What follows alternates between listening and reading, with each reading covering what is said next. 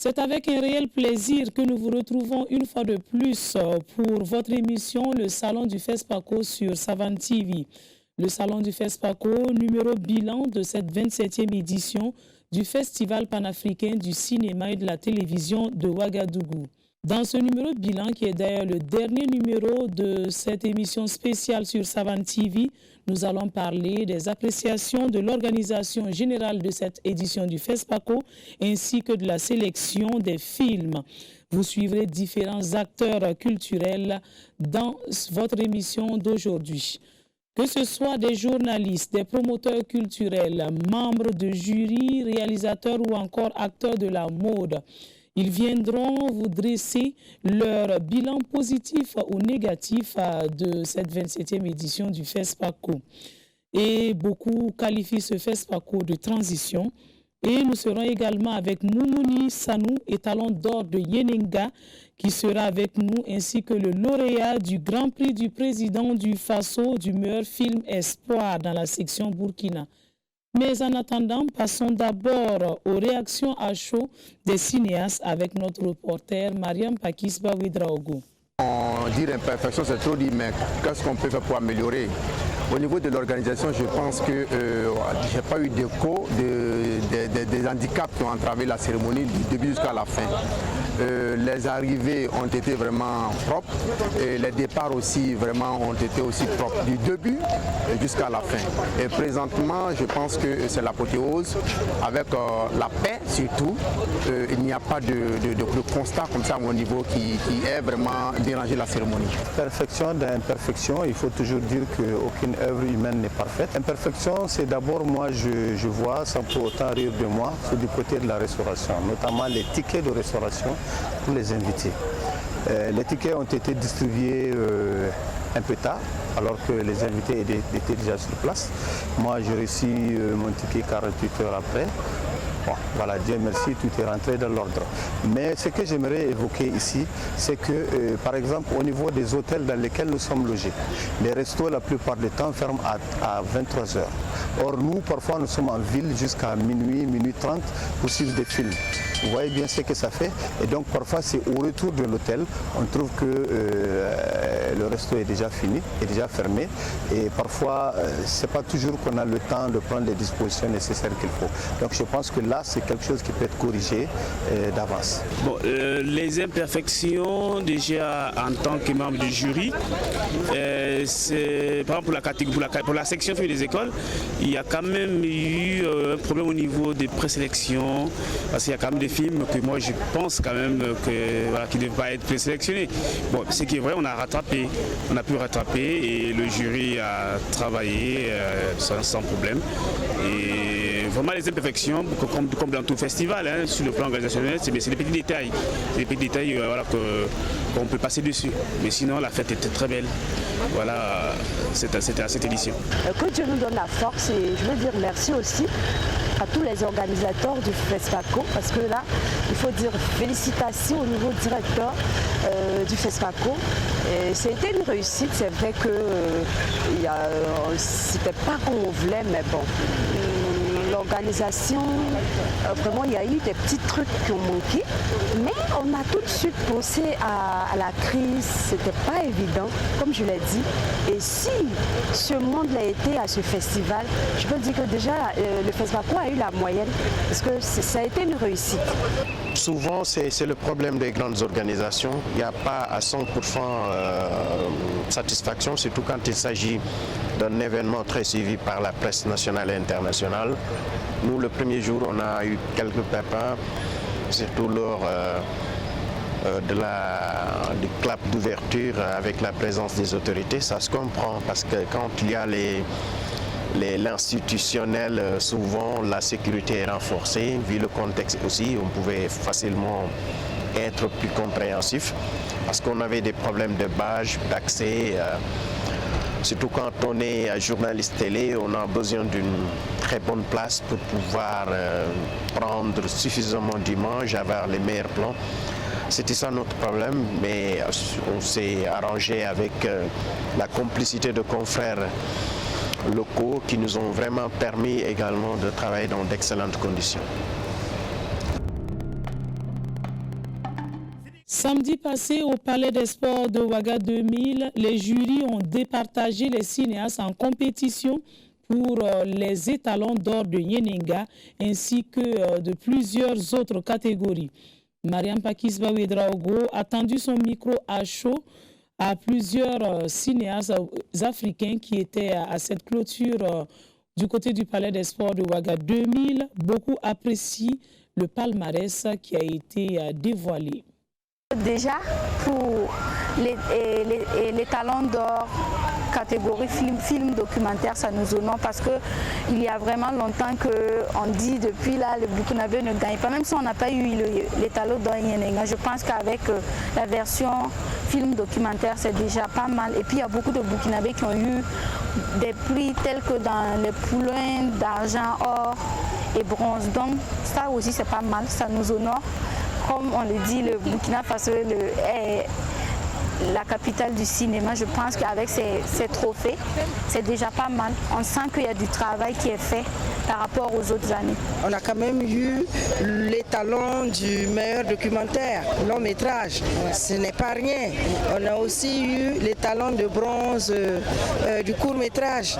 Donc ce n'est pas rien non plus. C'est vrai que nous tendons toujours vers les talons d'or. Mais bon, vous voyez que nous ne sommes pas les seuls. Hein. Ça veut dire que les autres cinémas aussi ne dorment pas.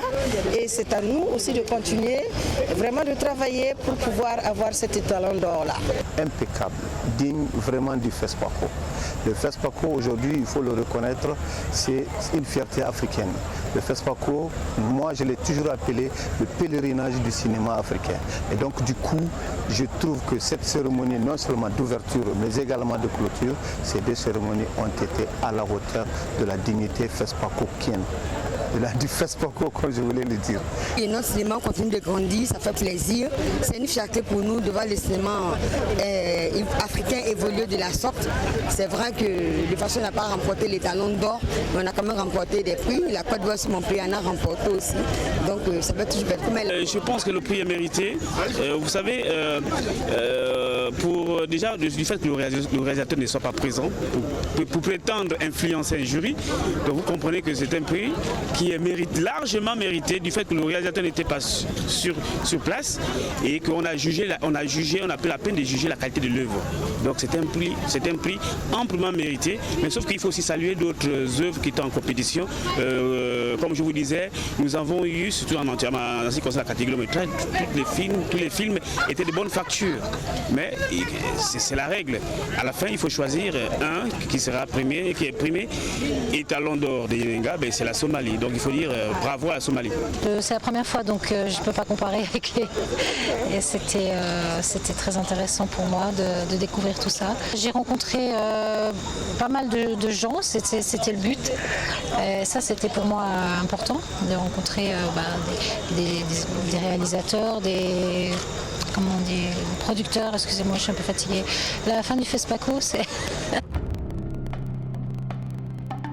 Après ces quelques réactions à chaud sur cette 27e édition du FESPACO depuis le Palais des Sports de Ouaga 2000, nous allons faire place à présent à nos invités du jour. Cinéma d'Afrique et de la diaspora, nouveau regard, nouveaux défis. C'est sous ce thème que s'est tenue cette 27e édition du FESPACO, le Festival panafricain du cinéma et de la télévision de Ouagadougou, qui a refermé ses portes samedi passé du côté du Palais des Sports de Ouaga 2000 avec le sacre de plusieurs acteurs du cinéma, notamment en fiction avec 17 films en compétition. Et c'est le film La femme du fossoyeur qui s'en est tiré avec les talons d'or de Yenenga, en fiction bien sûr. Et sur les 15 films documentaires, les talons d'or est revenu au Burkinabé à Moumouni Sanou avec son film Garderie nocturne. En court-métrage, il y avait 18 films en fiction, 11 films en documentaire, série télé 17 films, films d'animation 29 et films d'école 23. Voilà autant de films qui ont meublé cette 27e édition du FESPACO. Comment pratiquement ça a été l'organisation? Nous allons en parler tout à l'heure avec deux invités, mais tout premier bien sûr de ce salon, Il s'agit de Madiega Tibiefouba, qui est promoteur du magazine Africa Star, à qui je demande de me rejoindre dans ce salon. Merci d'avoir accepté notre invitation. C'est moi qui vous remercie. Parce que je sais que vous étiez vraiment pris avec FESPACO News, donc ça tournait de gauche à droite. Donc c'est avec les yeux rouges que vous nous rejoignez dans ce salon-là. J'espère que ça va. Une semaine de labeur, une semaine de difficultés, une semaine de pression. Surtout la pression. Je pense que tout est bien qui finit bien. C'est ça. On doit faire maintenant le bilan. On va faire ce qui a marché, ce qui n'a pas marché. Et voir maintenant comment mieux rendre pour les prochaines éditions.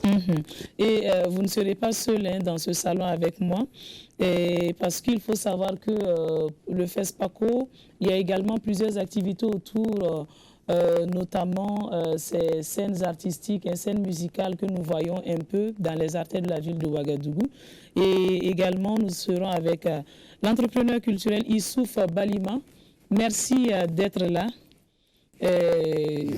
Avec coronavirus, le FESPACO est venu un peu donner un peu de souffle. Il faut le dire, le secteur culturel et créatif national traverse beaucoup de difficultés. Et il traversait déjà une crise sécuritaire qui avait, j'allais dire, qui a interrompu une bonne partie du territoire. Du coup, on n'arrivait plus à faire des concerts dans certaines zones. Et en plus de cela, la pandémie est venue. Et là, c'était la catastrophe. On a vu tous les efforts que l'administration publique et privée a mis en accord pour pouvoir juguler cette crise. Et je peux dire que de 2020, le FESPACO, c'est vraiment la relance, c'est le nouveau départ, avec bien sûr beaucoup d'espoir pour l'avenir. Parce qu'on disait au début que on allait faire FESPACO Pro, il n'y aura pas de scène, il y aura des scènes musicales, il n'y aura pas de scène musicale. Et au finish, ça a été OK, mais il y a eu également des soubresauts autour concernant le choix même des artistes au finish. Oui, il faut le dire. Pour moi, le cinéma et la musique, c'est deux arts qui sont intrinsèquement liés à partir du moment qu'on parle de musique de film. Donc, déjà, exclure la musique de cette grande manifestation, pour moi, c'était déjà une injustice qu'il fallait réparer à temps. Et heureusement, d'ailleurs, et je ne dirais pas des soubresauts, je dirais en tout cas des manquements à des endroits, notamment au niveau des plateaux d'animation. Il y a eu pas mal de manquements au niveau des plateaux d'animation. Alors, sur Kwame Nkrumah, ex-camp fonctionnaire, et où encore? Et rond-point de la Patte. Le rond-point de la Patte d'Oie. Oui. Alors, nous allons en parler, mais en attendant, comment est-ce que d'abord vous avez vécu cette 27e édition du FESPACO, Madiega? Moi, je pense qu'il fallait quand même le faire, malgré les défis sécuritaires et sanitaires. Mais j'ai quand même trouvé qu'il y a eu trop de tâtonnements au départ. Il y a eu trop de tâtonnements. Voilà. Je pense qu'on ne peut pas organiser un tel... D'abord, le FESPACO n'appartient pas à un parti politique. Ah bon? Le FESPACO appartient à tous les Burkinabés. Le FESPACO appartient au monde entier. Oui, c'est vrai. Il y a quand même constaté que depuis le départ, il y a eu trop de tâtonnements. Voilà, c'est la guerre de positionnement. Bon, au finish, ils ont perdu trop de temps. Même avant de mettre même trop d'énergie pour rien. Voilà, et avant de mettre sur pied même le comité d'organisation. On savait depuis des années que le FESPACO devrait se tenir en octobre. Les dates étaient connues de tous. Donc il ne faut pas quand même comprendre qu'honnêtement, on se fait la bagarre à cause d'un comité d'organisation. Je pense que ça a tellement joué même dans l'organisation. Comment est-ce que ça a joué sur l'organisation de cette édition? Ça a joué parce que, qu'on appelle, le comité, l'État n'a pas mis les moyens. Et très tôt, pour mettre un côté de l'organisation du travail. Bon, mais c'est pas aussi fort. Et je ne peux pas dire aussi d'abord l'État. C'est plus ça part du comité d'organisation.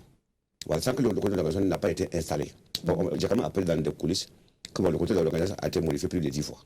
10 fois une modification du comité d'organisation. Voilà. Donc du coup, ça a vraiment joué même sur le timing. Voilà, tantôt, lui, on le met dedans, tantôt, après, on bat son nom, au finish. Bon, on ne savait même pas là où on allait.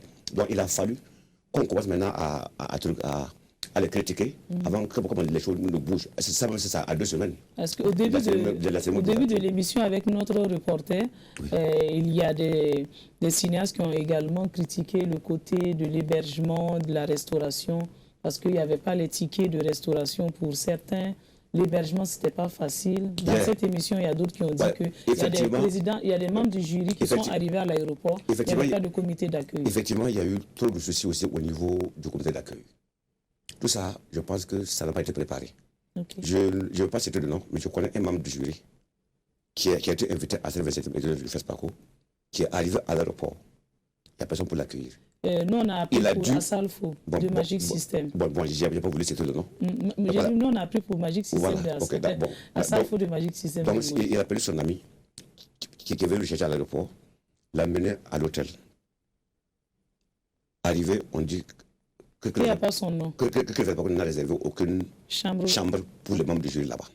Il était obligé de partir de nos hôtels à ses frais, jusqu'à ce que les choses rentrent dans l'ordre. Je pense qu'honnêtement, ce n'est pas du tout sérieux. Tout ça, bon, c'est le tâtonnement, c'est le manque de... Voilà, c'est le manque de cohésion et de coopération. Bon, parce qu'il faut mettre là aussi qu'il faut, après qu'il faut. Voilà, on ne doit pas vouloir positionner des amis, voilà, des camarades politiques. Vous avez les preuves que ce sont des camarades politiques qui ont été placés. Voilà, donc du coup, bon, quand ça devient comme ça, voilà, et on ne peut que enregistrer qu'on appelle ça, des résultats médiocres. Voilà, parce qu'on ne met pas le lot qu'il faut après qu'il faut. Mais quand on voit également avec la cérémonie de clôture, tout s'est bien passé. Mais au départ, ce n'était pas ce qui était prévu. Au départ, il y a eu trop de tâtonnements avec le chorégraphe, Serge Aimé Koulibaly. Voilà, c'est après que les choses sont rentrées dans l'ordre. Voilà, le gars a fait quand même un travail impeccable à l'ouverture et puis un travail impeccable aussi à la clôture. Voilà, donc honnêtement, en tout cas, j'ai quand même apprécié l'ouverture et puis la clôture. Mais vous avez fait vous avez fait le tour également de plusieurs, la foire, à l'ex-camp fonctionnaire, mais également du côté de la maison du peuple de Ouagadougou. Oui. C'était comment? Le FESPACO, quoi qu'on dise, il y a le FESPACO et puis il y a le FESPACO Business. Il y a ceux qui sont là pour aller suivre les films et puis il y a ceux qui sont là pour chercher de l'argent et à cause du FESPACO. Donc moi j'appelle ça le FESPACO Business. Et ceux qui cherchent à faire le business dépassent même les cinéphiles. Donc ça veut dire les foires étaient plus remplies que les salles de cinéma. Je suis désolé. D'ailleurs, même les salles de cinéma là, sont tellement petites que, bon, même si tout le monde veut aller au cinéma, ça ne marchera pas. On a vu, moi j'ai fait l'expérience avec la diffusion des 3 Lascars au ciné Burkina. Oui. On s'est piétiné dessus pour pouvoir entrer dans la salle. Donc, même si on veut souvent aussi, c'est impossible. Souvent, il n'y a pas de parking. C'est pas un partout aussi, il n'y a pas de parking. Bon, la salle aussi est petite par rapport, en tout cas pour accueillir jamais personne. Donc, qu'est-ce qu'on fait? Donc, voilà. Et Issouf Balima a quelque chose à ajouter par rapport à ça, l'organisation? L'organisation, moi, je l'ai vue sur 3 plans. Et je vais parler beaucoup plus du plan que je connais le mieux. Parce que le FESPACO, professionnellement, ça veut dire festival de cinéma, là, ça, je pense que ça a été un succès. C'était un succès en termes de planification, d'exécution et de regard. Bon, je ne peux pas juger les contenus parce que vous savez que mon statut d'entrepreneur culturel ne me permettait pas d'avoir un badge. Donc, je me suis dit, entrepreneur culturel. Non, vous avez vu les critères pour avoir un badge. Vous avez vu qu'on n'était pas éligible. D'accord. Donc, du coup, j'ai suivi ça aussi comme tout bon citoyen. Et j'ai pris des rangs. Par moment, je ne pouvais pas avoir accès à certaines salles, ce qui était un peu dommage quand même. Mais bon, pour moi, je l'ai dit. Mais j'ai trouvé que ça, c'était super bien organisé. Et tout était fluide et les entrées, ça va. Il y a les 2 grandes cérémonies, l'ouverture et la clôture. Et magnifique en termes de créativité, en termes de mise en scène, en termes de lumière, en termes de régie. Tout était parfait. J'allais dire, ça frôlait la perfection. Et puis après, il y a, comme Madiega l'a dit, le côté FESPACO Business avec les différents plateaux. Là-bas, au moins, on n'avait pas besoin d'autorisation particulière. Donc, j'ai fait le plateau de la Padoie, j'ai fait le siège. Au siège aussi, il y avait un petit bar, vous savez. Oui, oui. Et, il y avait les camps fonctionnaires. J'y suis allé 3 fois. Okay. Il y avait aussi la Maison du Peuple. J'y étais presque chaque jour. Et il y avait le plateau libre qui était sur Kwame Nkrumah. Et là, il y a quand même pas mal de choses à dire. Pas mal de choses à dire. Est-ce que vous, en tant qu'entrepreneur culturel, comment est-ce que vous avez apprécié d'abord ces plateaux artistiques-là? En fait, quand je venais dans cette émission, je ne m'étais pas préparé à parler de ça. Pourquoi? Parce qu'en fait, le problème est ailleurs. Ça veut dire qu'on pourrait parler de ces manquements si la nomenclature reste telle. Au prochain FESPACO, on serait encore confronté aux mêmes difficultés. Vous savez, nous, les entrepreneurs culturels, nous prenons ce qu'on appelle la licence d'entrepreneur de spectacle. Ce qui veut dire que l'État nous confère un pouvoir d'organisation de spectacles. Mais quand vient le moment d'organiser des spectacles, l'État trouve en lui des fonctionnaires pour faire des plateaux de spectacles. Du coup, le jeu est déjà faussé entre celui qui n'a rien à perdre qu'un plateau, soit il marche ne paye pas ou pas. d'impôts, il n'a rien à Voilà, faire. en plus de ça, il a des émargements après. Donc, il n'a pas la même pression que si vous donnez l'organisation à la société pour qu'elle organise. Donc, le problème d'abord part de là. Voici là où le jeu a été faussé au départ. Et on s'y est fait parce que, vous savez, au Burkina, quand ça coince, on dit c'est pour la patrie. Et par patriotisme, tout le monde devait y aller. Et après, ils ont lancé un appel à candidature pour les artistes. Les critères étaient clairs. Il fallait avoir au moins 2 albums, dont le dernier soit vieil de moins de 5 ans. Avec, fallait mettre une clé USB ou un CD. Les critères étaient assez clairs. Mais au résultat, ce n'est pas ce que nous avons constaté. Nous avons vu des gens qui ne répondent pas aux critères que nous avons lus, qui ont été retenus. Bon, que la commission m'excuse, mais je ne sais pas comment ils ont fait cette gymnastique. Un autre souci, et je crois, si ma mémoire est bonne, qu'il y a 52 groupes qui ont été retenus. 52. Pour les différents plateaux. Pour les différents plateaux. Sur les 52 groupes, quand vous faites les statistiques, en fait, c'est vraiment waga. Pourtant, pour moi, un plateau comme le FESPACO, il faut l'ouvrir à tout le Burkina Faso. Surtout qu'il y a des localités, aujourd'hui, ça ne va pas. Ça ne va pas. Les artistes ne vivent pas. Surtout le Sahel et le Nord. Il y a des groupes traditionnels qui, aujourd'hui, 100 000 francs de cachet, vous ne savez pas les merveilles que ça leur apporte. Mais du coup, qu'est-ce qu'on a fait? On s'est cantonné sur Ouagadougou. On a fait une légère ouverture, en fait, ce n'est pas une ouverture, une fissure sur Bobo avec 3 ou 4 groupes, si je me rappelle bien. Et puis, on est resté entre nous et on a fait notre fête avec des critères que nous seuls savons parce que ce n'est pas les critères que nous avons lus. Ok, et maintenant, par rapport à vous, la qualité même des plateaux, comment? Pour rejoindre la qualité des plateaux, je retourne encore sur ce que j'ai dit au départ, des professionnels au plateau professionnel. Qu'est-ce qui s'est passé? Je ne sais pas trop, mais on s'est retrouvé devant des plateaux, d'abord, sans sécurité. Quand vous prenez les 3 scènes que j'ai citées, il n'y avait pas de sécurité. Parce que la sécurité humaine est différente de la sécurité événementielle. Ok. Voilà. C'est différent. Il n'y en avait pas. Quand vous dites à un artiste de jouer sur la scène du FESPACO, il vient pour 2 objectifs. Premièrement, c'est l'expression. Et deuxièmement, c'est l'utilisation. C'est l'opportunité que le fait d'avoir joué sur un plateau du FESPACO peut lui procurer.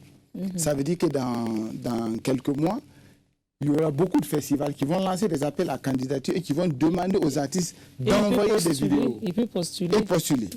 Mais tous les artistes qui ont joué sur les plateaux du FESPACO, à part l'ouverture et la clôture, il n'y a pas de fond de scène, il n'y a pas de lumière, la scène fait pitié.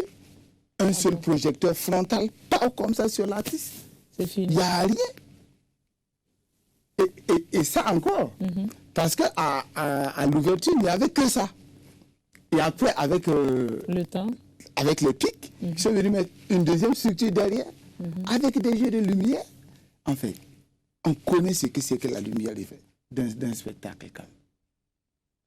C'était compliqué.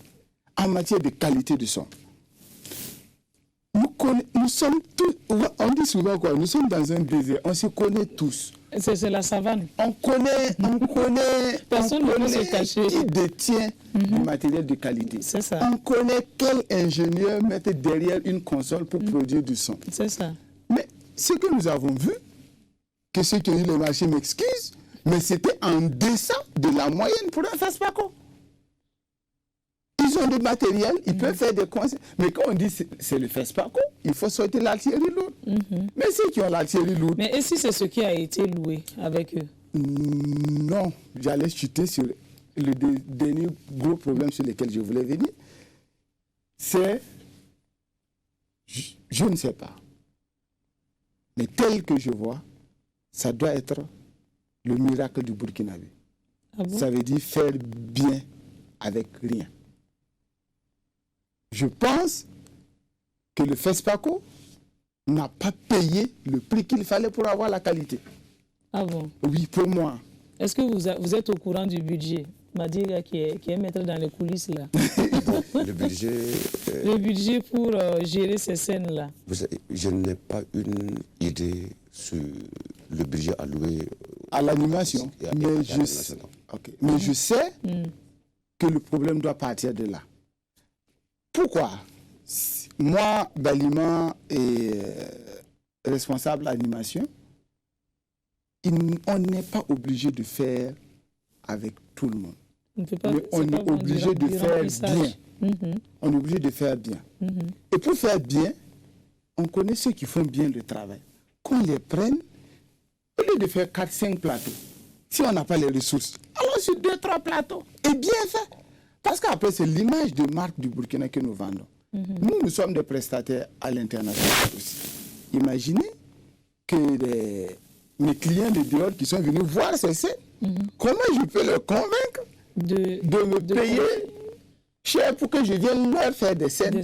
Si chez toi-même, tu n'arrives pas à mettre un fond de scène. Vous savez, une bâche, ça coûte 50 000 à l'imprimerie. Imprimer sur du mat, venir placer. On n'a pas pu faire ça. Avec le logo du FESPACO dessus. On n'a pas pu faire ça. Peut-être qu'il n'y avait pas les moyens. Et c'est peut-être aussi de la compétence. Je n'exclus pas. Parce qu'on a vu des régisseurs improviser sur des plateaux. Ah bon? Nous sommes, et mon mentor que je salue au passage, Mahmoud Dafé m'a dit, Balima, notre génération, nous étions une génération de généralistes. Votre génération, vous êtes une génération de spécialistes. Ah bon? Chacun doit pouvoir faire une chose très bien. Pour moi, sur ce plateau, vous êtes animatrice, il est journaliste, je suis entrepreneur. C'est ça. Chacun peut au moins faire ce qu'il connaît.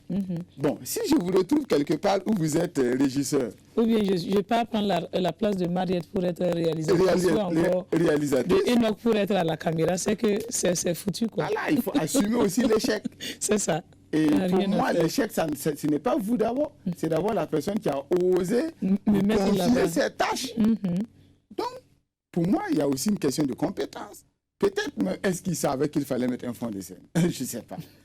Parce que pour moi, sacrifier un cachet pour mettre un fond de scène, relever le niveau, ce n'était pas mauvais.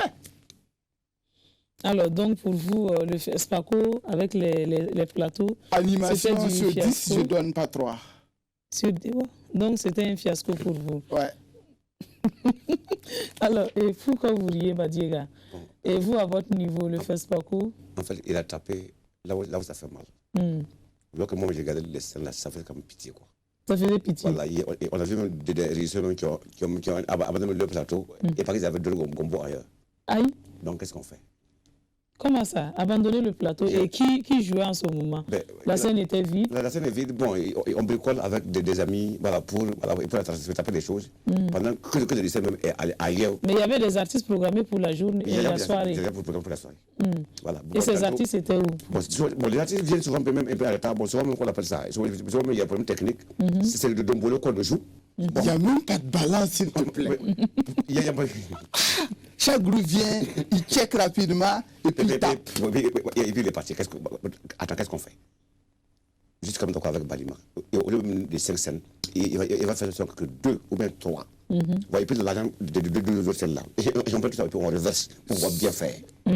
Par contre, l'image aussi engagée. Aller sur Kourma, mais ça faisait, c'est quand même misérable. Voilà.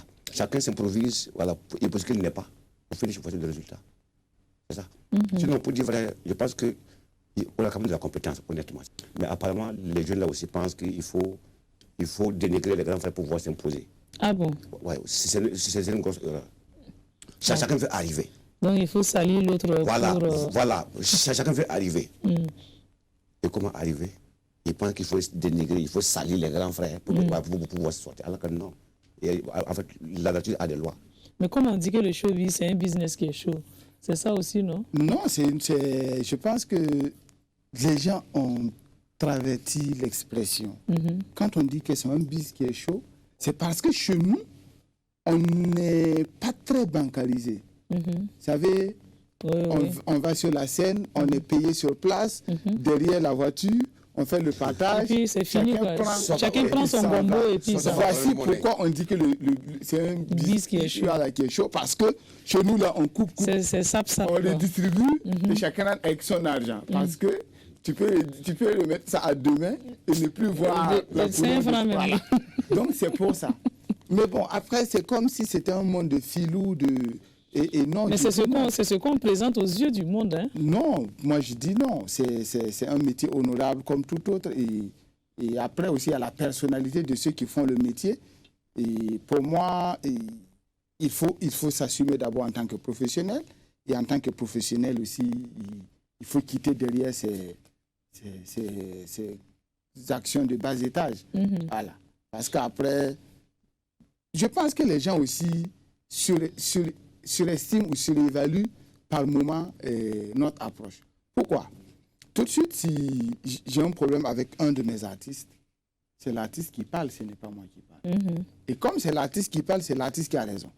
Même si tu n'as pas raison, c'est lui qu'on écoute, c'est lui qu'on entend. Et du coup, une petite querelle chez nous devient une guerre nationale. Voilà. Rapidement, c'est arrivé sur Facebook, c'est arrivé dans les médias, et c'est comme une traînée de poudre partout. Et c'est ce qui fait que chez nous, les gens ont l'impression qu'on n'a pas plus de problèmes que les avocats, que les magistrats, que tous ces métiers. Voilà. Mais comme ils sont silencieux, quand je dis silencieux, comme ils ne sont pas des gens qui, après une minute de bagarre, ils sont sur la place publique, du coup, on a l'impression que c'est chez nous qu'il y a des problèmes. Non. Ce n'est pas chez nous qu'il y a plus de problèmes. Partout, il y a des problèmes. Même chez les journalistes, vous savez. On m'a dit qu'il y a des problèmes chez nous. Bon, il vient de parler tout à l'heure des jeunes qui veulent piétiner les élites. Les élites, c'est ça. Bon, je ne sais pas, partout, il y en a. Il y en a quand même des exemples chez vous, on peut citer là. Voilà. Ok. Alors, merci bien à vous. Hein. Merci. J'espère que le FESPACO s'est bien passé pour vous. Autre chose à ajouter avant que l'on ne refasse cette partie de l'émission par rapport au FESPACO toujours.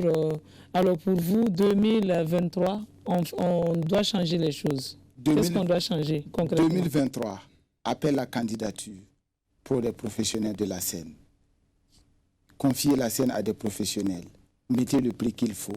Prenez les artistes, relevez le niveau des cachets pour permettre aux artistes qu'après le FESPACO, ils puissent au moins continuer de rêver. Et enfin, donner la place aux professionnels. Et je ne peux quand même pas finir, ça serait méchant, sans féliciter tous ceux qui ont été les acteurs de succès.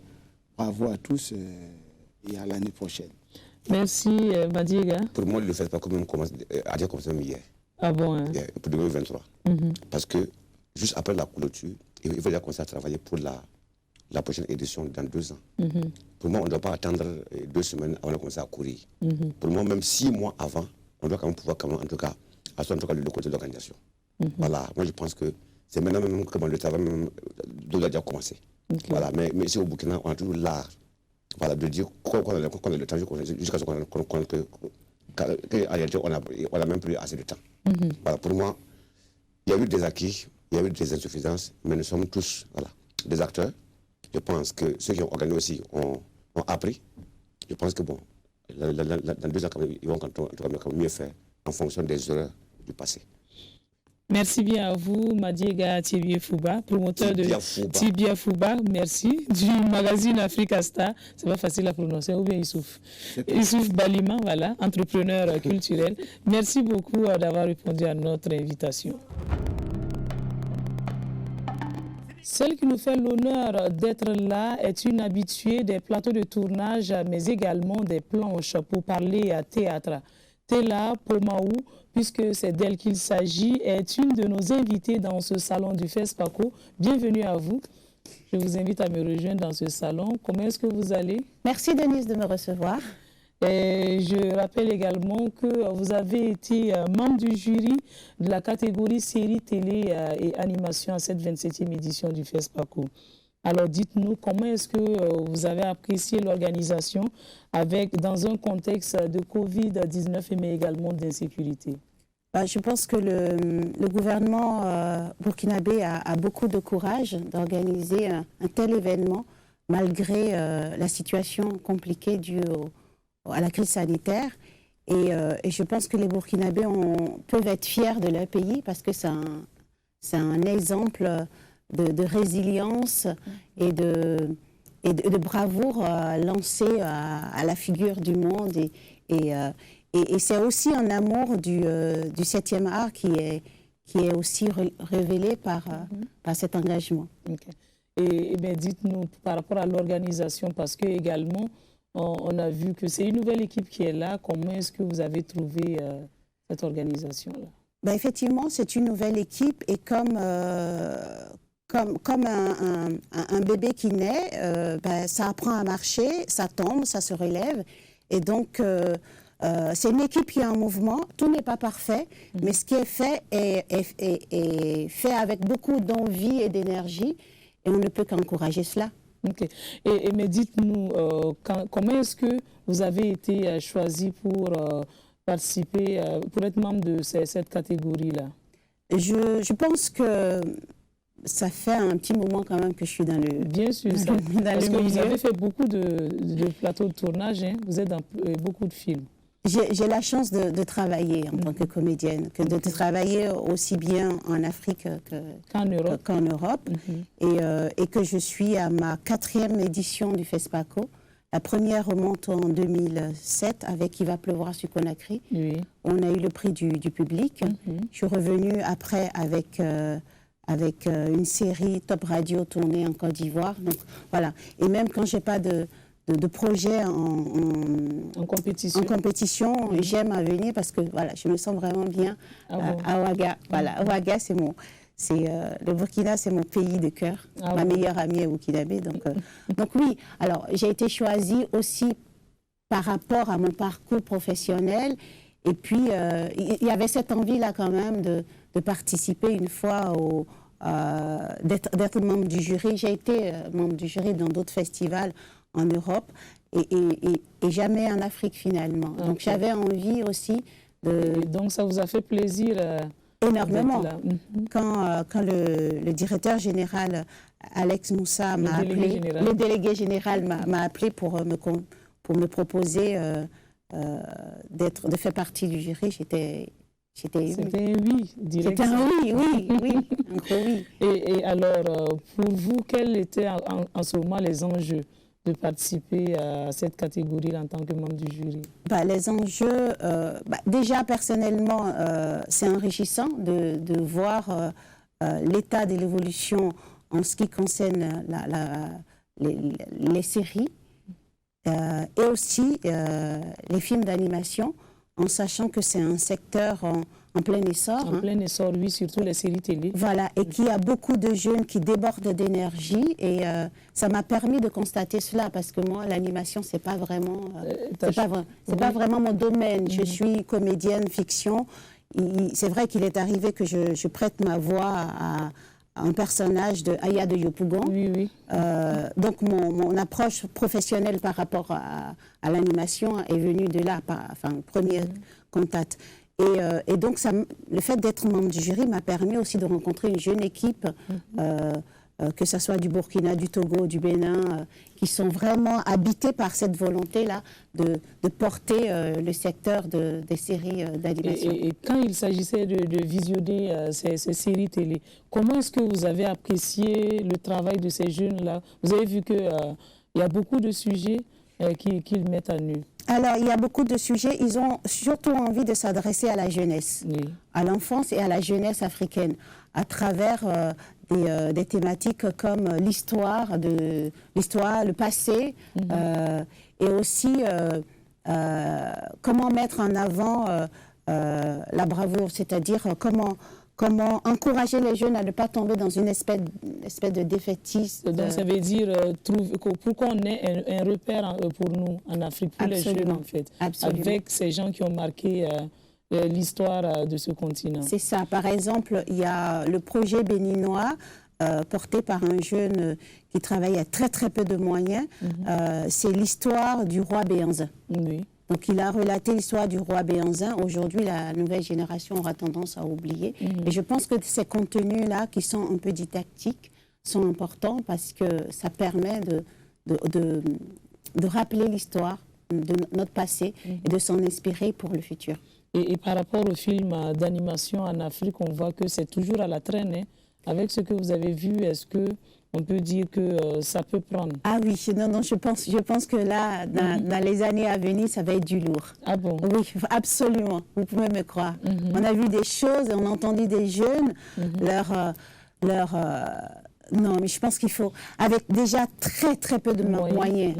Parce qu'on est aujourd'hui dans les dessins animés, les films animés, on est passé au HD, autre chose, sur le plan international.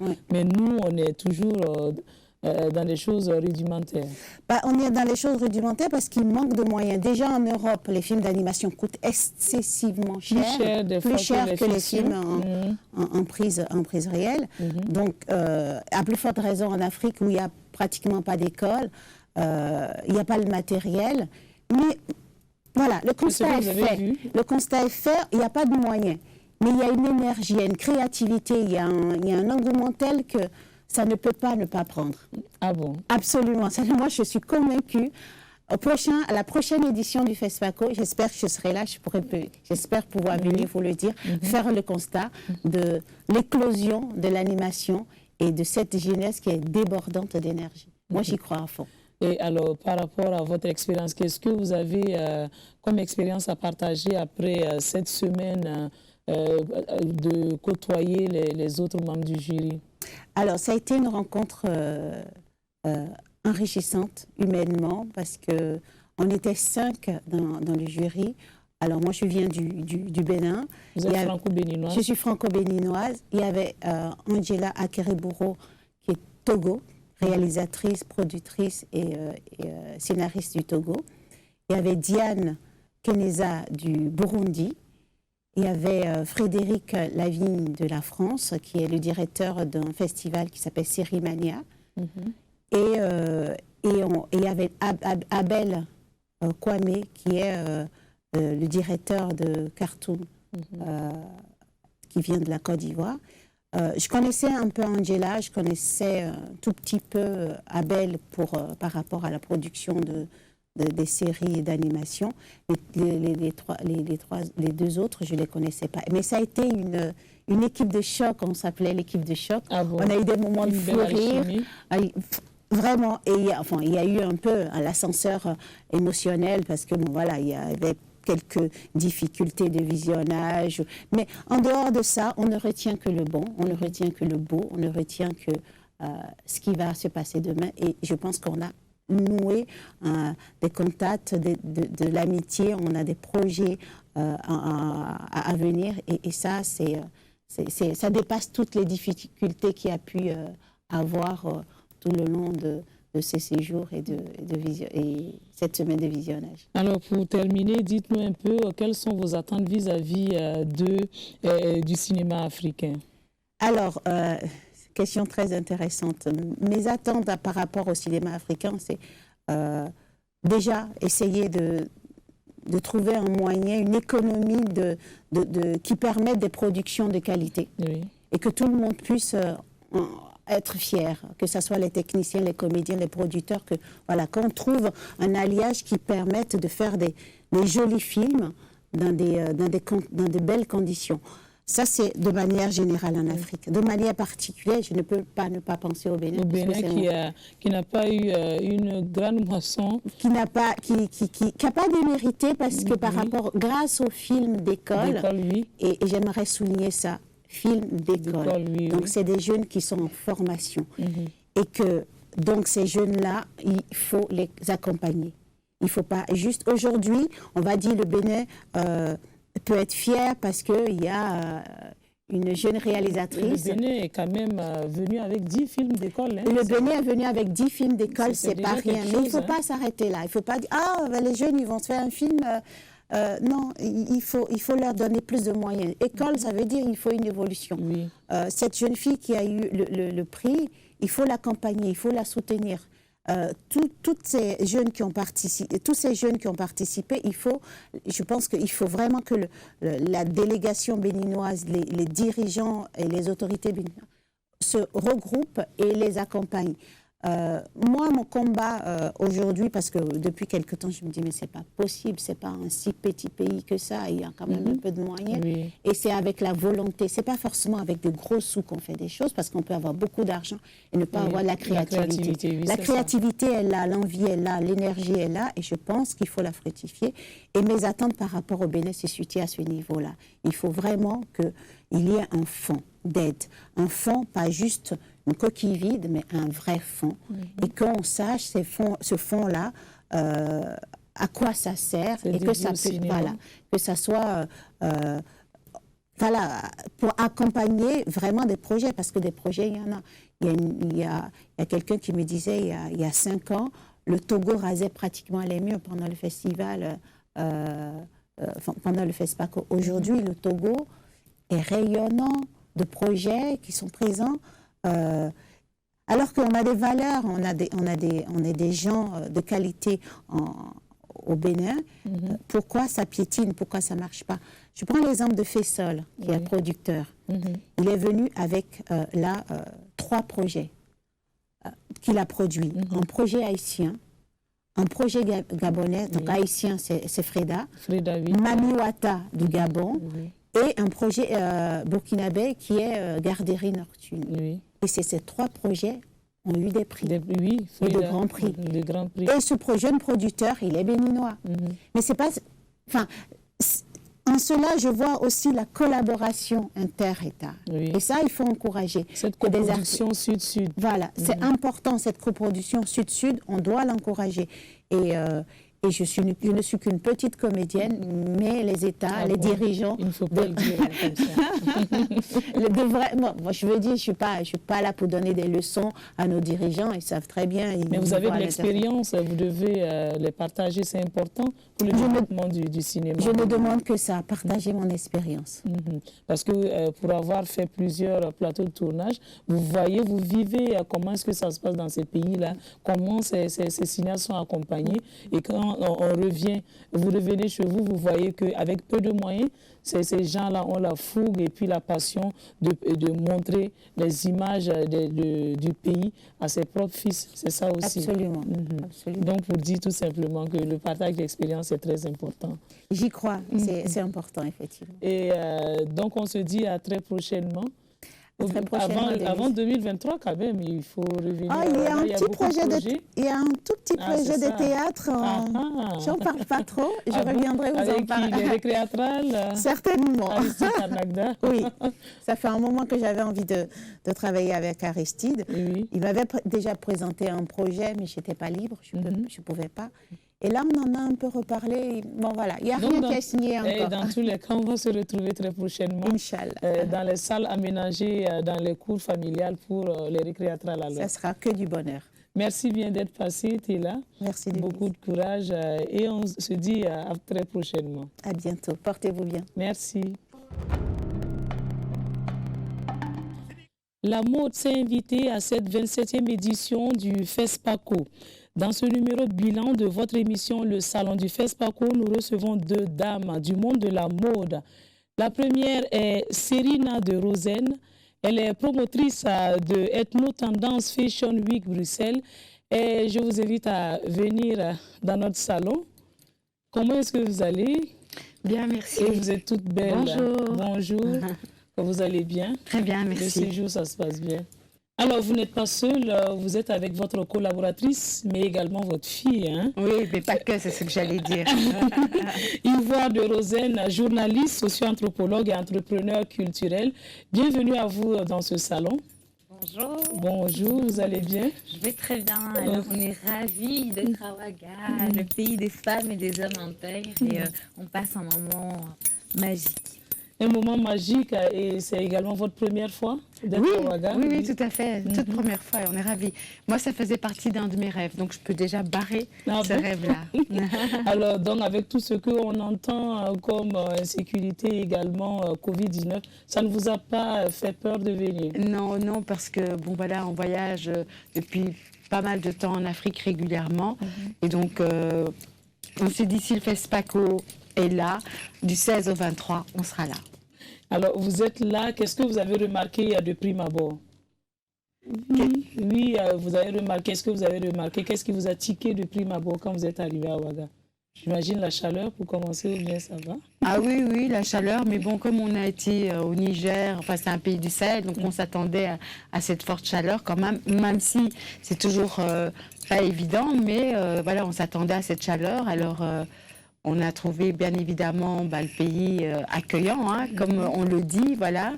On a trouvé les gens très accueillants et puis on a été aussi agréablement surpris par Ouaga 2000. Ah bon? Hein, cette ville que Sankara avait projetée, je pense. Et donc on est très fiers d'être ici parce que bon, il y a toute une histoire hein, avec Thomas Sankara. Et comme nous sommes des activistes aussi, des activistes de la mode et qu'on fait une mode décoloniale, il était important qu'on soit là aussi, fêter ça. Et puis on est arrivé le 11, le jour du procès, du procès de Thomas Sankara. Donc voilà, pour nous c'était la fierté. C'était de gagner quoi. Voilà. Alors, Ivoire, qu'est-ce qui vous a marqué de prime abord? Est-ce que vous avez aimé le poulet flambé ou quelque chose d'autre? Bien sûr, j'ai aimé le poulet flambé, le poulet bicyclette, le thau avec la sauce feuille. On a bien mangé, oui. Vraiment, comme ma mère le disait, beaucoup de chaleur, un accueil très positif, de la courtoisie, un climat paisible, parce que c'est vrai, prendre ce parti pris de faire le FESPACO quand même dans ce contexte voilà, géopolitique quand même complexe, c'est vrai, mais c'est en même temps un écrin d'espoir, de renouveau. Et puis pour moi, ça s'inscrit aussi dans cette résilience, cette résistance de la jeunesse et de se dire, voilà, on garde cet élan, on garde cet espoir, peu importe les circonstances. Alors, vous êtes là dans le cadre du FESPACO, le cinéma, le Festival panafricain du cinéma et de la télévision de Ouagadougou. Vous êtes de la mode. Est-ce que, mais également, on a eu pas mal d'activités de mode cette année. Est-ce que vous avez eu gain de cause en tournant un peu à Ouaga autour de tout ce qui est foire du FESPACO? Bien sûr, oui. On a vu d'abord les stands, hein, on a été voir tous vos stands de créateurs et d'artisanat qui est magnifique, hein, qui est très très bien organisé, j'ai trouvé, parce qu'en fait dans beaucoup de pays, c'est la première chose que je vais voir l'artisanat, et l'artisanat au FESPACO est très très riche, enfin à Ouagadougou, mais via le FESPACO, donc on a pu aller visiter, et on a aussi ce fameux tissu qui est le Fanso d'Alfani. Le Fanso d'Alfani, oui. Qui est magnifique, oui, je vois tout à fait, qui est magnifique, qui est un coton naturel, bio, qui est cultivé dans tout le savoir-faire. Donc voilà, on a vu de très belles choses, des bijoux en bronze aussi, beaucoup de belles choses. Alors, on a effectivement pu aussi participer au défilé qui était imbriqué dans le FESPACO.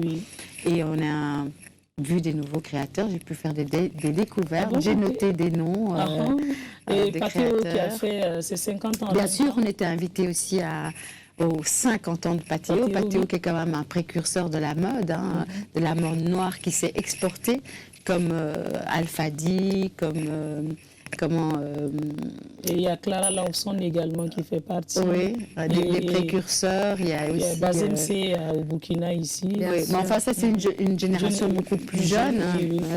Mais il y a François Ier aussi, qui est venu à Ethno Tendance Fashion Week à plusieurs reprises et qui était d'ailleurs le premier créateur qui a représenté le Burkina Faso en Bruxelles, enfin à Bruxelles, qui est quand même la capitale de l'Europe.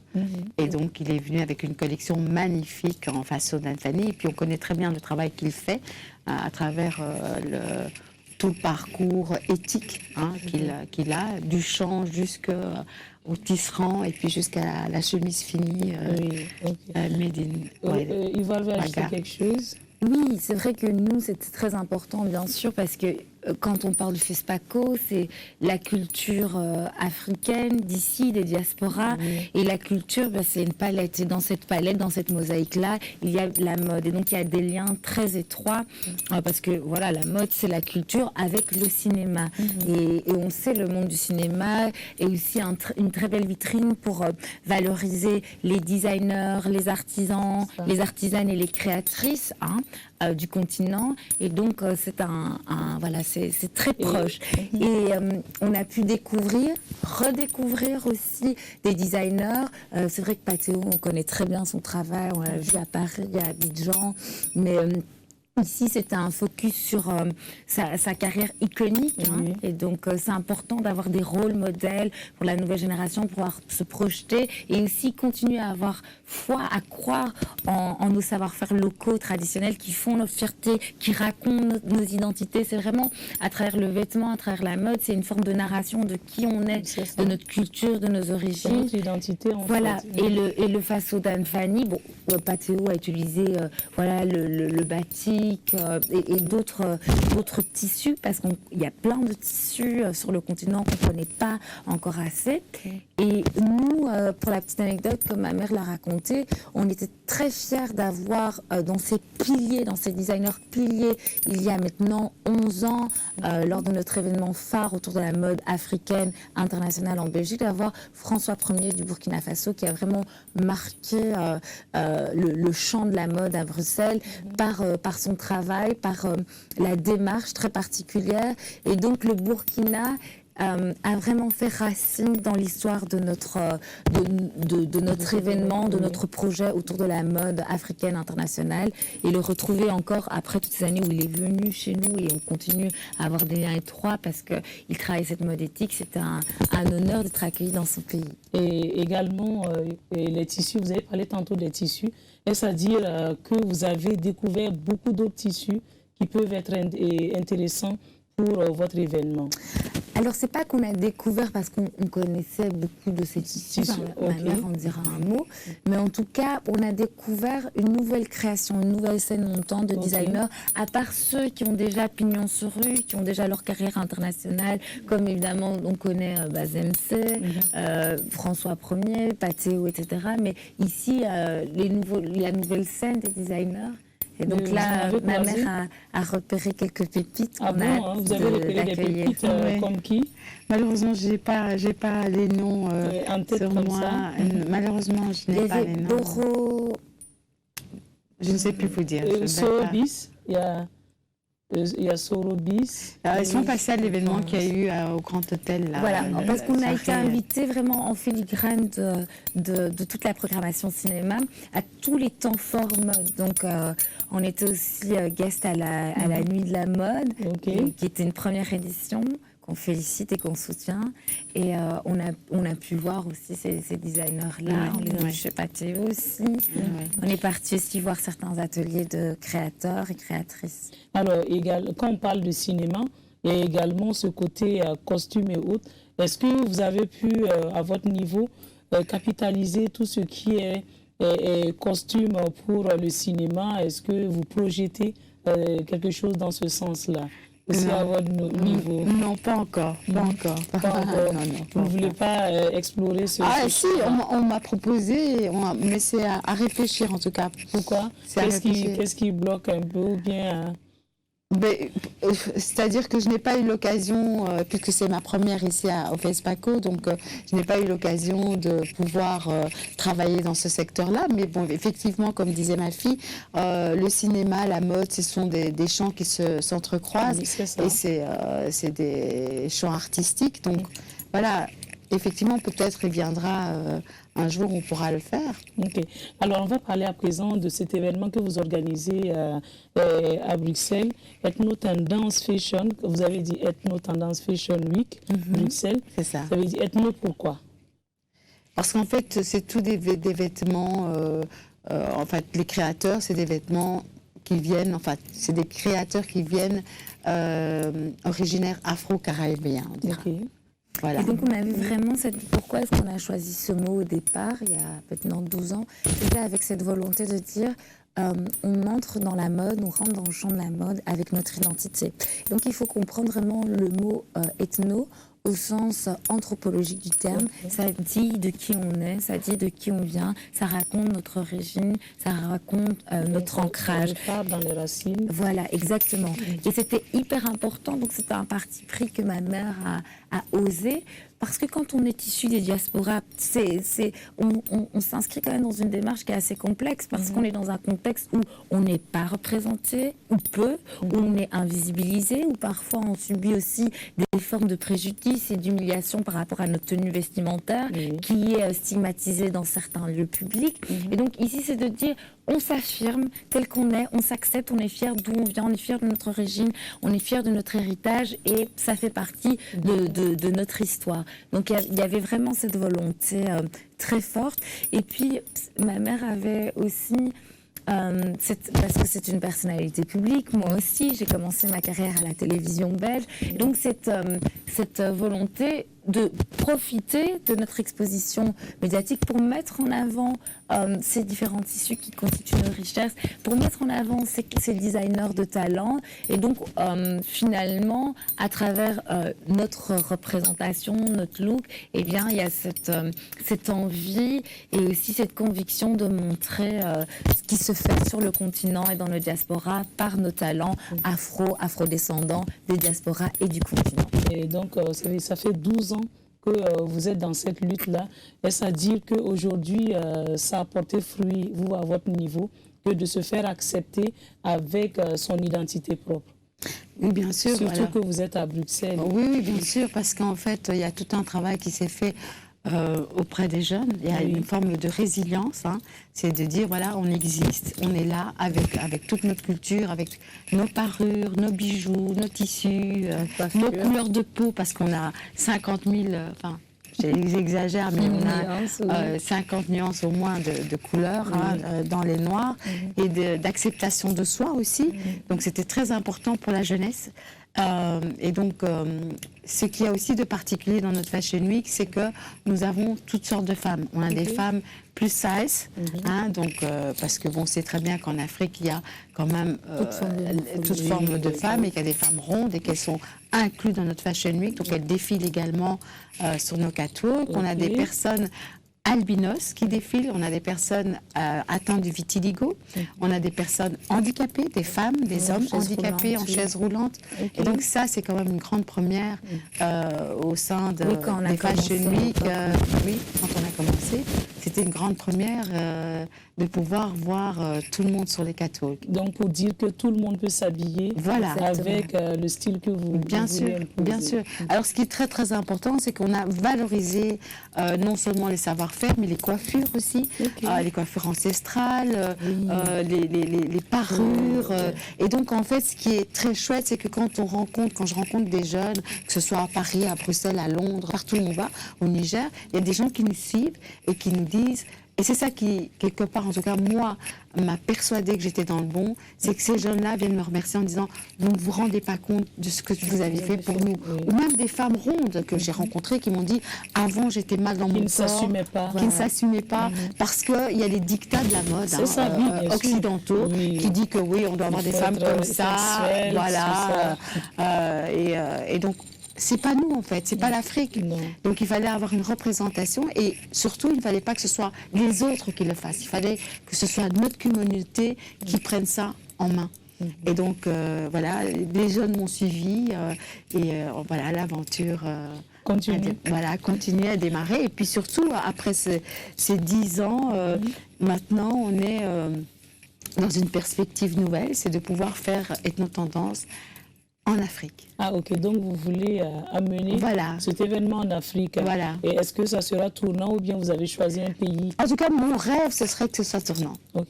Mais pour la première expérience, vous comptez aller où? Voilà, là il y a encore un peu de suspense. Il faut nous suivre. En tout cas, nos cœurs balancent. En plus, aujourd'hui, on a... Entre quel pays et quel pays? Alors là, ils sont nombreux. Ils sont nombreux. Combien de pays? Au moins 4. Nous, on est panafricaines dans les veines de par notre métissage. On a beaucoup d'origines différentes. Et c'est vrai que nos origines aussi nous Parlez-nous un peu. Alors, en fait, moi, je suis d'origine du Soudan, de l'Angola et du Congo. Je vois quand vous êtes du Soudan, la coiffure en même temps. Voilà, exactement. Vous avez tout à fait raison. Et alors, ma fille va dire elle-même. Et moi, mon père est originaire du Sénégal, du Mali et du Cameroun. Voilà. Donc voilà, on a un petit peu le cœur qui nous appelle dans ces différentes capitales. Voilà. Okay. Donc, vous n'avez pas choisi le Burkina? Attention, les coups de cœur se passent. Et c'est vrai qu'on a un coup de cœur pour le Burkina. Bon, vous avez un coup de cœur, ça veut dire que vous comptez revenir avec certainement. Des projets? Oui, certainement. Quels sont ces projets-là?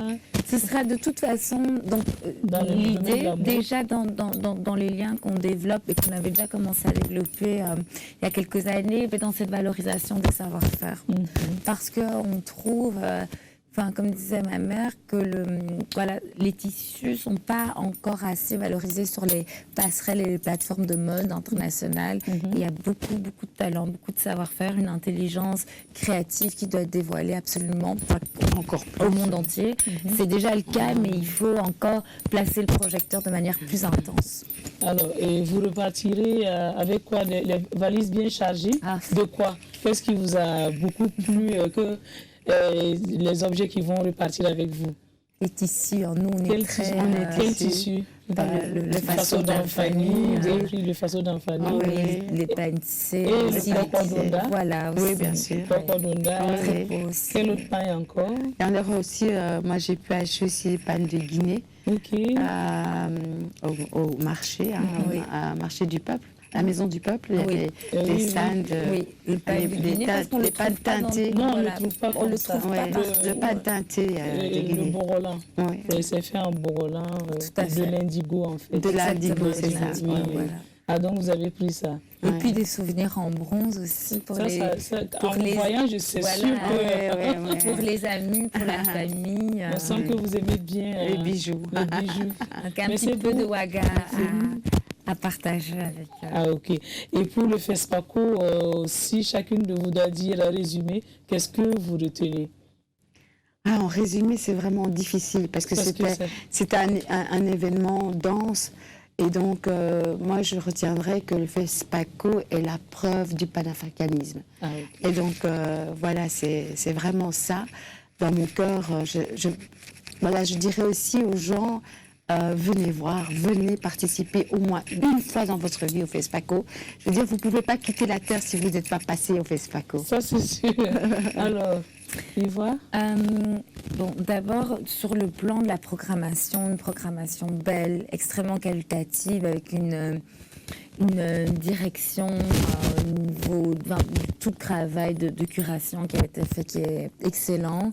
Et donc déjà ça, une diversité, donc en termes de contenu audiovisuel, des tables rondes très importantes avec des sujets aux enjeux urgents aussi, pour pouvoir vraiment penser à cette circulation du cinéma africain avec vraiment un focus sur le continent africain, parce que oui, il y a l'importance que ce cinéma soit vu dans les diasporas, ailleurs, que ce cinéma circule au-delà des frontières, mais il doit d'abord profiter par nous-mêmes sur le continent, s'en approprier, être fier de ce cinéma, parce qu'on a cette tendance à aller voir ailleurs, alors que chez nous, il y a beaucoup à dire, à réfléchir. Et donc vraiment, ce que j'ai trouvé de très puissant et enrichissant et inspirant, c'est cette valorisation de qui on est. C'est se regarder en face, voilà, se regarder en face et regarder en avant, voilà, au niveau de tout ce qu'on peut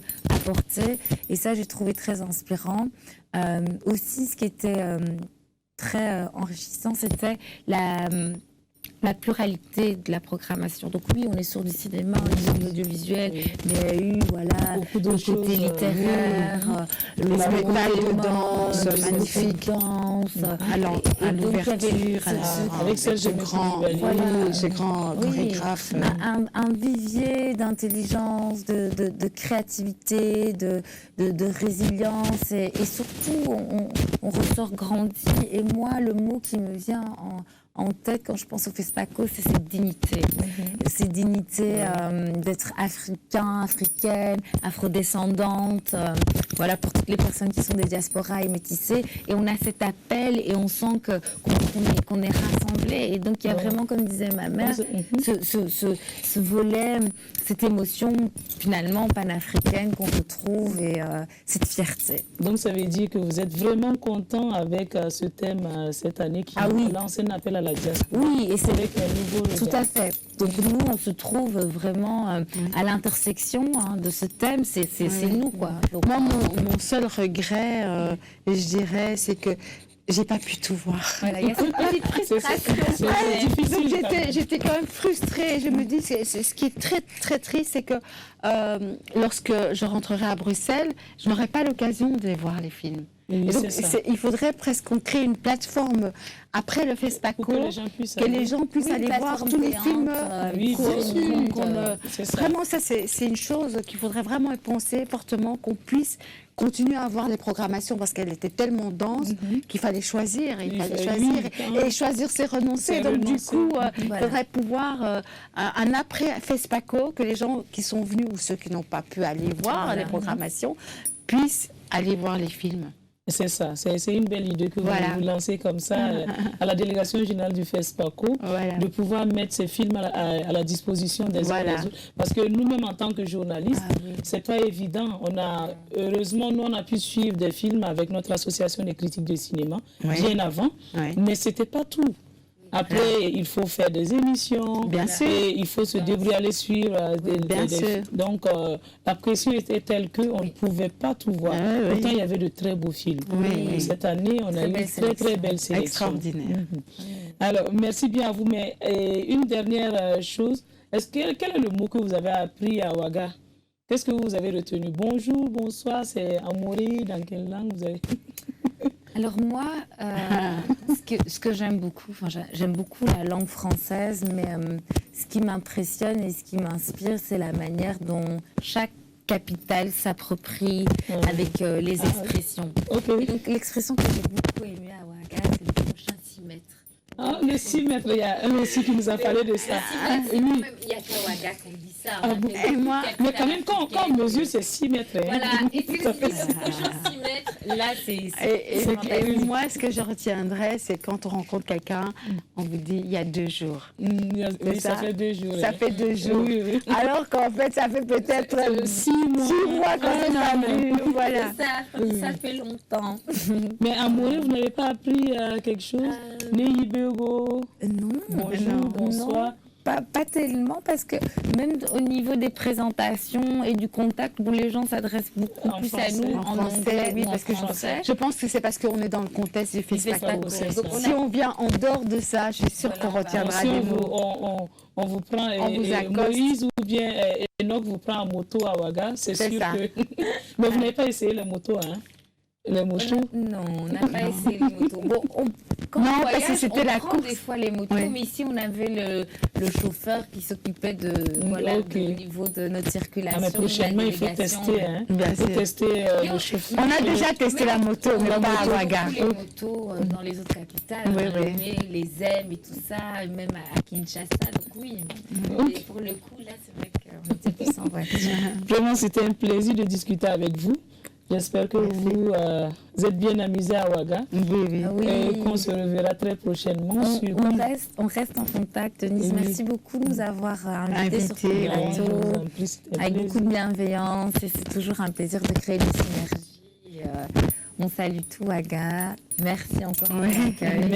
Merci à vous également. Et merci pour le travail de relais de presque tout fait qui est assez impressionnant. Merci pour les compliments. Le beau chapeau. Oui, j'adore. Est-ce que je peux le mettre? Oui, allez-y, il n'y a pas de souci. Moi, je veux ma photo avec. Oui, donc, Enoch va s'en charger.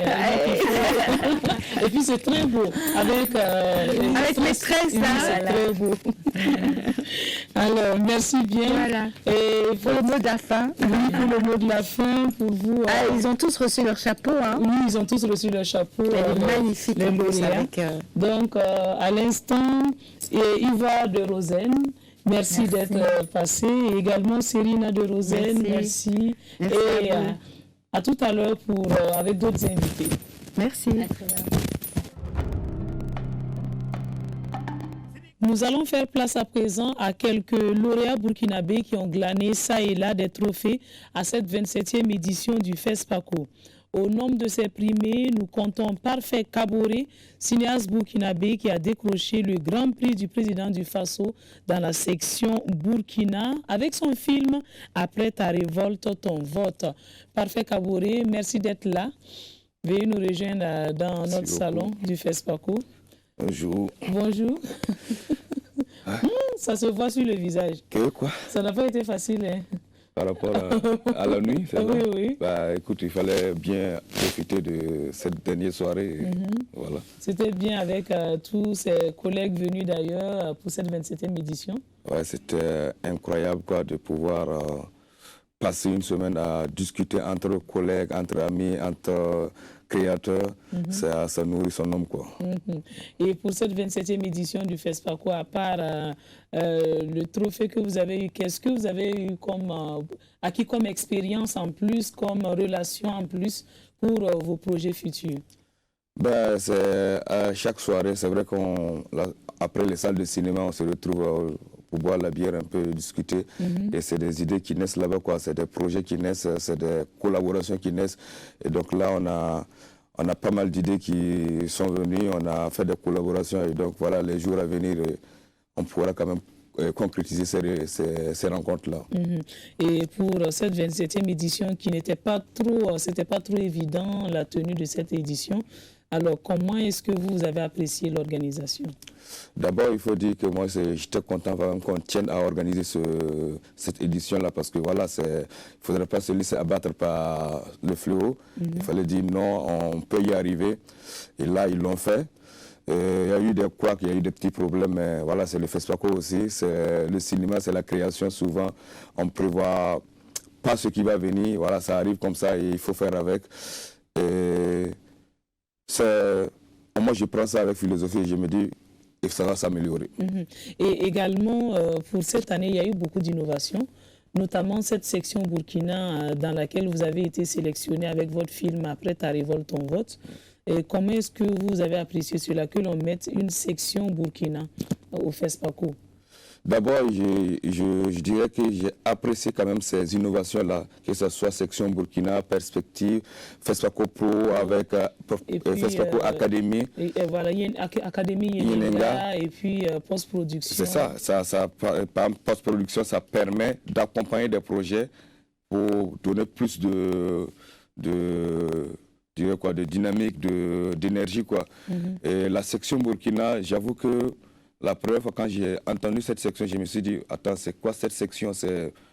En fait, le Burkina, on n'a pas... Le Burkina n'est pas dans l'Afrique ou quoi? Ouais, en fait, tu vois, je me suis dit ça, et en même temps, je me suis dit, il y a beaucoup de festivals où il y a la sélection nationale, quoi. Mais est-ce qu'on ne peut pas faire ça à part en dehors du FESPACO? Non, pourquoi on va le faire en dehors du FESPACO? Parce que c'est le festival du cinéma et on peut le faire vraiment dans le FESPACO, dans la sélection officielle.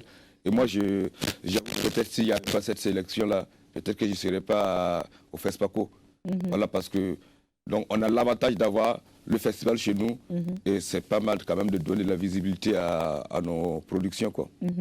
Et vous étiez 8, hein, et il y avait deux grands prix. Le grand prix du président du Faso qui est décerné au meilleur film burkinabé et le grand prix du président du Faso décerné au meilleur espoir à burkinabé. Et le premier prix vous est revenu. Et le deuxième, il y a le deuxième. Non, je pense que c'est le prix espoir, meilleur espoir. Et l'autre prix est revenu à notre consoeur journaliste, Delphine Yerbanga, qui a reçu le grand prix du président du Faso. Pour son meilleur film à burkinabé sur les traces d'un migrant. Comment vous avez accueilli et quand on vous a appelé, c'était quoi pour vous? Pour les prix, honnêtement, je sais pas, c'était un peu... C'était bizarre. C'était bizarre. Parce que le film, quand même, vous avez tourné avec le film. Hein. Oui. C'était bizarre parce que, pour moi, déjà, être au festival avec un film, j'étais déjà content. C'était l'essentiel pour vous. Voilà, de pouvoir montrer mon film à mes collègues qui viennent d'un peu partout, de le montrer dans le cadre du FESPACO. Ça, j'étais déjà content. Donc, le prix vient pour apporter... C'est juste un bonus pour voilà, un bonus, voilà. Donc, du coup, j'étais content, mais en même temps, j'étais déjà content, quoi. Donc, Parce que le film a été bien vu avec... Les projections, les gens sont sortis. Oui, le film a fait Ciné-Droit Libre à Ouaga, le film est allé à Bobo, j'ai quand même fait quelques festivals. Le film a fait sa première mondiale à ITFA qui a quand même un grand festival de documentaire à Amsterdam. Et donc, déjà, le film a déjà fait un petit chemin. Et Ouagadougou, c'est quand même la série sur le gâteau. Sur le gâteau. Ouais, alors, et parlez-nous un peu de ce film-là. Après Ta révolte, ton vote, c'est un sujet qui est en lien avec l'insurrection. Oui, après Ta révolte, ton vote est venu à la suite d'un premier film que j'avais fait, Place à la Révolution. Et Place à la Révolution, on sentait que le pays était en ébullition, ça allait venir. Et donc, du coup, moi, j'ai commencé à filmer des jeunes qui me parlent, des jeunes en qui j'ai confiance, des jeunes qui me procurent des vibrations. Et donc, j'ai suivi le mouvement Le Ballet Citoyen, de leur création jusqu'au départ de Blaise Compaoré. Et donc, j'ai fait le film La Place à la Révolution. Et après Place à la Révolution, qui a eu aussi du succès, je me suis posé la question, est-ce que ces jeunes-là s'arrêtent là? Blaise est parti, tout est bon, la lutte est finie. Et là, j'ai compris que non, ils ne sont pas venus pour juste faire ça et puis partir, quoi. Et je me suis dit, je n'ai pas le droit aussi d'éteindre ma caméra. Il faut que je continue à les suivre, de savoir jusqu'où ils peuvent aller. Et c'est là que j'ai commencé à les suivre, notamment pour... D'abord, l'idée à la base, c'était de les suivre pour voir comment ils s'intègrent dans l'organisation des élections, pour inviter les jeunes à prendre leur carte électeur. Et tout d'un coup, il y a eu le putsch. Et donc, du coup, je me suis dit, je filme, quoi, parce que je ne peux pas faire autrement, il faut que je garde ça à mémoire. Donc, le film, ça parle du putsch, et après le putsch, c'est les élections. Ok. Donc, en ce moment, ça veut dire que c'est une mémoire même, hein, pour le Burkina Faso, ce film-là. Moi, j'ai dit, si je fais le cinéma, c'est pour laisser des traces dans ce monde. Donc, pour moi, voilà, tout un film, c'est la mémoire, quoi. C'est des traces qu'on laisse, et c'est aussi une lutte parce que il y a eu avant, je dirais, pendant la colonisation, même après la colonisation, jusqu'à une date récente, nos images, on ne les avait pas. Pour avoir des archives du Burkina, il faut aller voir ailleurs et payer cher. Et nous, on a eu la chance d'avoir une formation dans ce métier. C'est à notre devoir de filmer nos propres images et de les garder dans nos propres pays. Et je sais également que vous êtes bien engagé socialement. Est-ce que ce prix, en cette période d'octobre, vous galvanise? Et en ce moment, il y a le procès de l'assassinat du capitaine Thomas Sankara. Est-ce que véritablement ça a un sens pour vous? Oui, c'est quelque chose qu'on attendait depuis. Et donc, dire que ce procès aura lieu, j'avoue que c'est le soleil qui se lève, quoi. Et tôt ou tard, le soleil sera au zénith et on connaîtra la vérité. Ce qui est dommage pour ce procès, c'est parce qu'on ne peut pas filmer. Et c'est dommage parce qu'on s'est dit, pourquoi ce procès, c'est quand même historique, quoi. Mais il y a une pétition en marche. Oui, mais déjà, ils ont déjà refusé. Donc, peut-être que la pétition va aboutir. Et si la pétition n'aboutit pas, c'est quand même un scandale. Pour moi, c'est un scandale parce que on ne peut pas continuer à vivre sans trace.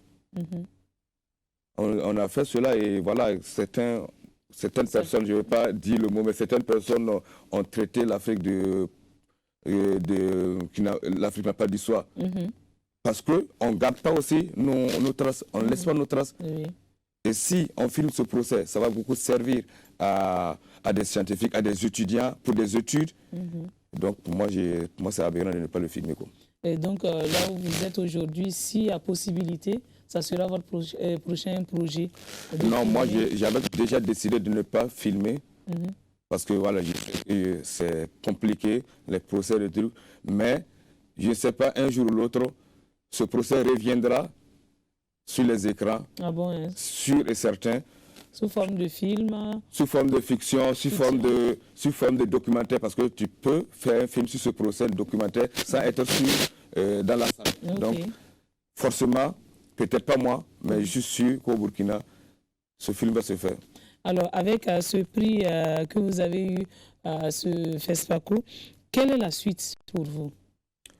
Quelles sont les entreprises à venir? Moi, la suite, c'est je continue d'écrire mes prochains projets. Là, j'ai des projets et voilà, je les écris.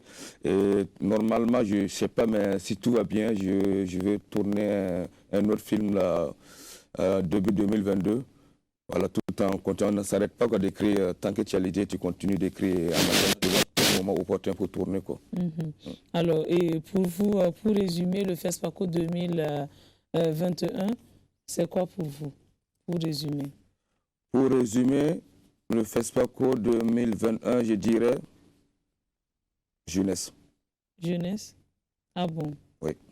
C'était un FESPACO jeunesse. Oui, parce que il y a plusieurs éditions, nous on venait en tant que passionnés de cinéma, stagiaires en cinéma, cinéphiles, on venait voir les doyens. Et cette année, je me rends compte qu'en fait, presque tous ceux-là qui sont là, c'est de ma promotion, quoi. Ah bon?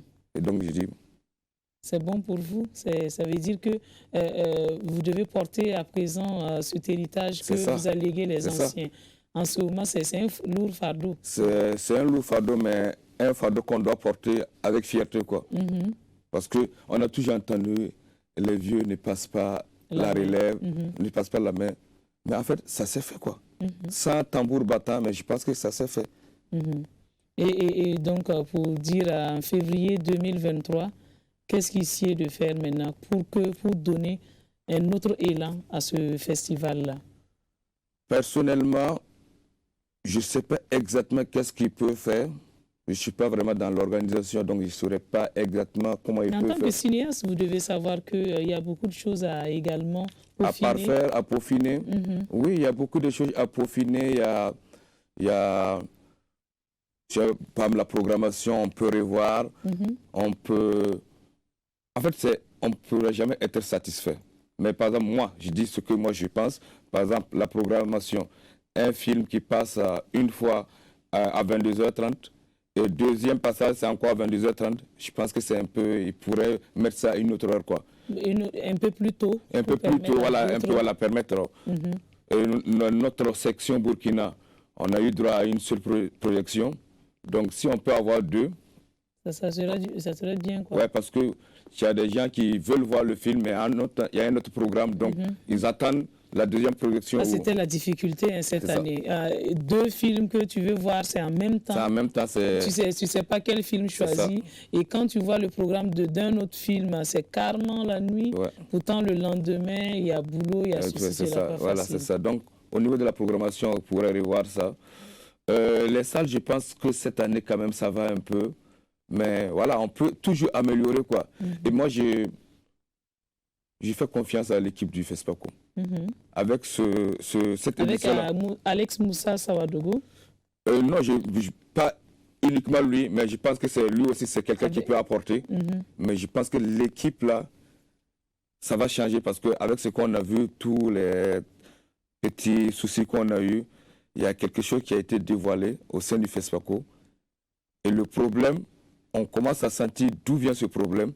Qu'est-ce qui a été ressenti? On a eu par exemple les altercations entre le ministère, le délégué, un peu. Donc, du coup, à un moment donné, on s'est dit, il y a quand même ce problème qui peut-être qui existait avant, et on ne le savait pas. Mais avec ce FESPACO, on sait maintenant que ce problème existe. Et donc, l'émission du ministère, voilà, l'organisation, tout ça. Et il peut quand même travailler sans qu'il y ait clash, quoi. Donc, avec ce problème-là, on sait d'où vient le problème. Et comme on sait d'où vient le problème, on va travailler à le régler, quoi. OK. Merci bien, on espère bien. On espère. Merci et encore félicitations pour...